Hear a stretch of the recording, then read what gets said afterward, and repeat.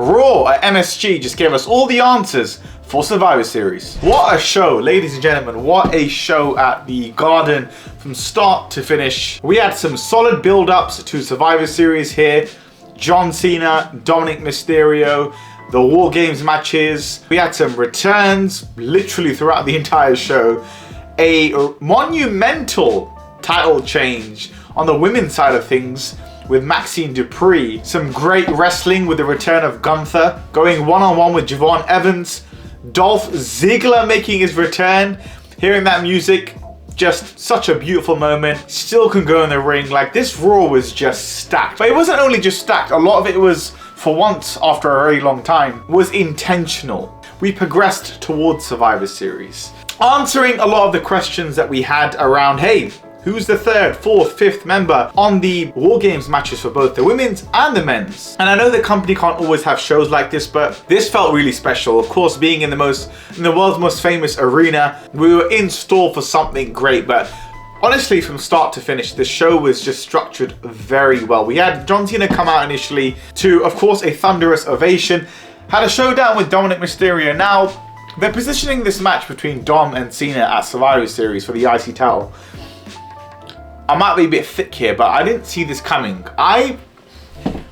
Maybe it's just the little fanboy in me, kind of wanted Cena in the War Games matches. And the reason behind this is the whole Avengers thing, you know, in my head. Like, Cena's got a mere couple of weeks left on his contract, well, in his career, of course. And he's already IC champion. Now, of course, his duty almost is to defend the title. However, just like we have a lot of the world titles in the War Games matches already occupied, I think with Cena really nearing towards his final one-on-one match, which we know is going to be a one-on-one match, this would have been a really nice little moment at Survivor Series to have Cena share the ring with all these superstars, and I mean freaking superstars. And would have been a really nice little moment to have a showdown, a mini little stare down, if you will, with the likes of like a Roman Reigns, a Drew McIntyre, superstars that Cena hasn't had the chance to have a match against. And of course, we know he's not going to have a chance to do that by December 13th. So this would have been a nice little tease, like, hey, look, during his last hurrah, we still got a moment between all these superstars and John Cena. Could have easily been told in the War Games match. That's just my preference, but they're going with the route of doing the rematch between Dom and Cena at Survivor Series, which kind of tells me perhaps the title is going to go back onto Dom. They haven't been talking, and I mean them, I mean commentary, they haven't been talking too much about Cena taking the Intercontinental Championship into his final match at Saturday night's main event. And I'm starting to think they gave us this moment for obviously the shock value, but predominantly to give Cena the Grand Slam title, you know, over his name. Meaning it's only meant to be a short reign for a couple of weeks, give it back to Dom, because of course we know how much WWE is investing into the stock of Dominic Mysterio. Do I feel like he needs the title back? Absolutely not. But I've got a feeling this is the route they're going to take, meaning the final match of John Cena's career is not going to entail a championship. It's just going to be a match with God knows who it's going to be, but we shall see. This whole Cena last time is now tournament has been so entertaining. We had Solo come out and we got a returning Dolph Ziggler, which was a massive, massive pop. A lovely moment for the man to enjoy at the Garden. Put on a stellar performance as he always does. And continuing with the tournament, we had Javon Evans go one-on-one with the returning Gunther. Shout out to Gunther's old theme song. Some people kind of hate it or love it. I liked both of his theme songs. I think this one's a bit more special. It's a bit more... This sounds like there's more orchestra in this. It just sounds like it's almost like this sad tone to it, where we're getting this dystopian vibe coming from Gunther, where as soon as he embraces the ring, it's gonna just turn black and white. Like all colors been taken out, it's stripped down just to the mat, pure wrestling, annihilate your opponent, take away the smiles on all the faces of the children and the women, and walk out. Like that's the vibe his OG theme song, which he's now restored back, gives me.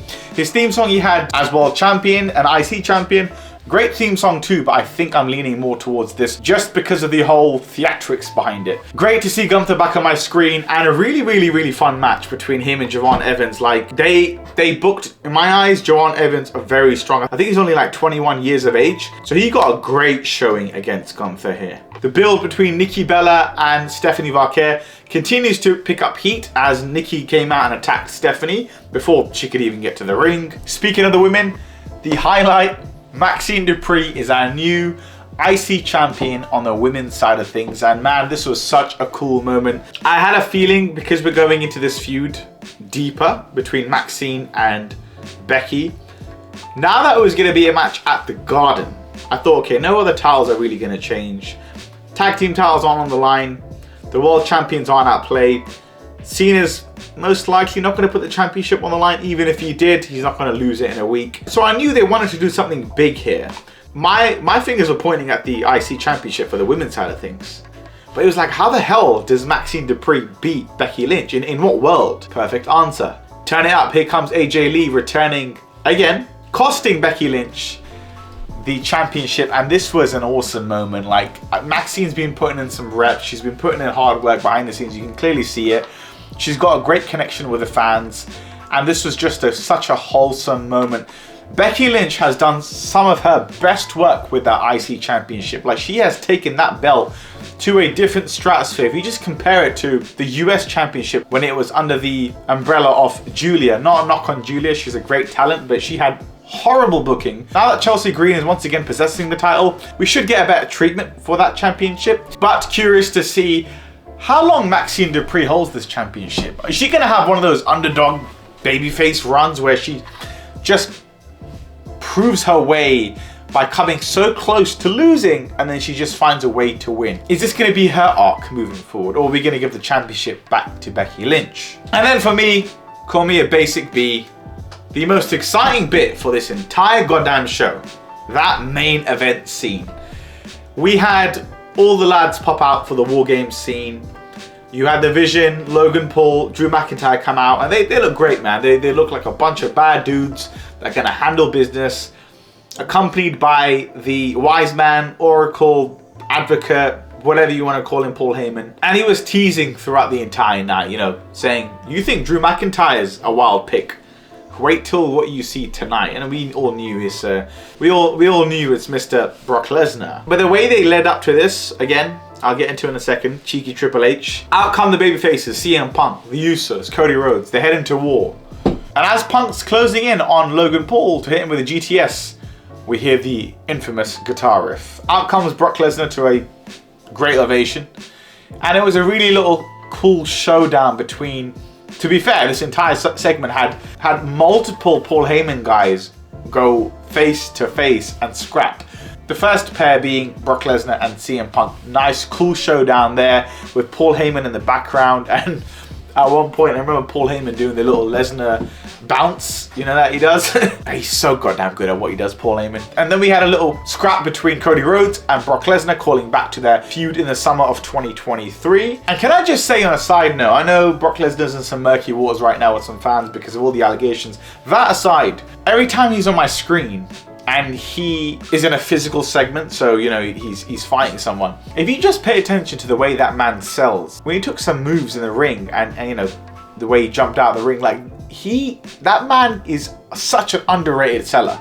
We talk about all of his offense and he is great. Like, other than just, you know, spamming suplexes and F5s, which is his essential character, it's been for like a decade now. His moveset's great and he can go, but his selling is criminally underrated. Like, it's like he doesn't even need to try. He's just so athletically gifted, but he also has the mind behind it to sell accordingly to what's happening. And in typical Brock Lesnar fashion, he took out Cody Rhodes, he took out CM Punk, and that's when the cheeky buggers again put the little trademark sign and executive producer Paul Triple H Levesque. I'm sure that was what I saw on the screen. And the entire main event segment, we had the arena clamoring for the OTC to make his gazillionth return this year itself.